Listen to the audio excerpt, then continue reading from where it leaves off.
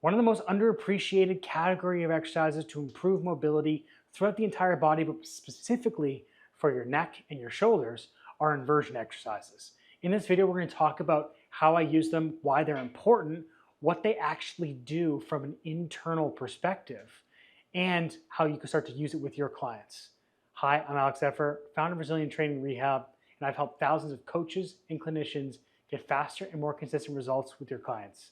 Let's get into it. The best way to think about how these exercises work from an internal perspective is to think about it from a water bottle analogy. So what I want you to think about is when we breathe in, all the air goes down towards the lower part of our rib cage. This is just what gravity does. It pushes everything down. And so in this case, the water is going to be associated with the air. Wherever the water is, that's where everything is expanding. Just think of a water balloon. If I just have a balloon with nothing in it, it's going to be flat and compressed, but as soon as I put water in it, it expands. Now, if I have the upper part of the bottle or the rib cage that doesn't have any water, well, this is where this area is compressed. I'm not able to move into this space. So if I have a lot of tension in the upper part of my rib cage, like this flat T-spine that everybody talks about, then I'm not going to be able to go into these end ranges of motion. And so if we think of the cap as being the head, one of the most effective strategies in order to open this space up is to flip the water bottle upside down. So now you can see all the water that was at the bottom position is now going to go towards the head. This would be analogous to me having my hips above my head doing certain exercises. Now every time I breathe in, I feel the expansion happening in the upper part of my rib cage because gravity is going to push everything down. Instead of me breathing in and all the air filling up at the bottom part of the rib cage first, we are going to have everything expand at the top part. So now let's talk about two different exercises that we can use in order to get the expansion from the lower part of the rib cage back up to the upper part. So the first exercise, we're going to be kneeling on something that's about 2 to 4 inches tall, not too high. I find that people make a big mistake when they bring the hips way too over the head. We just need a little bit. So we just want their hips just above the head because that way we are able to have some weight in our knees. We don't have excessive pressure in our upper body.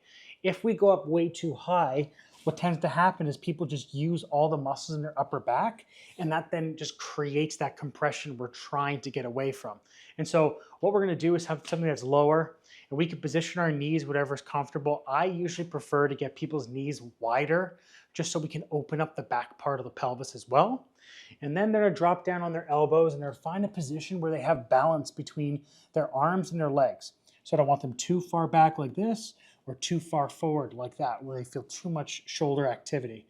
And then just go in this position, and as they breathe in, they're thinking about lifting their chest between the shoulder blades. And then as they breathe out, they're just going to hold this position.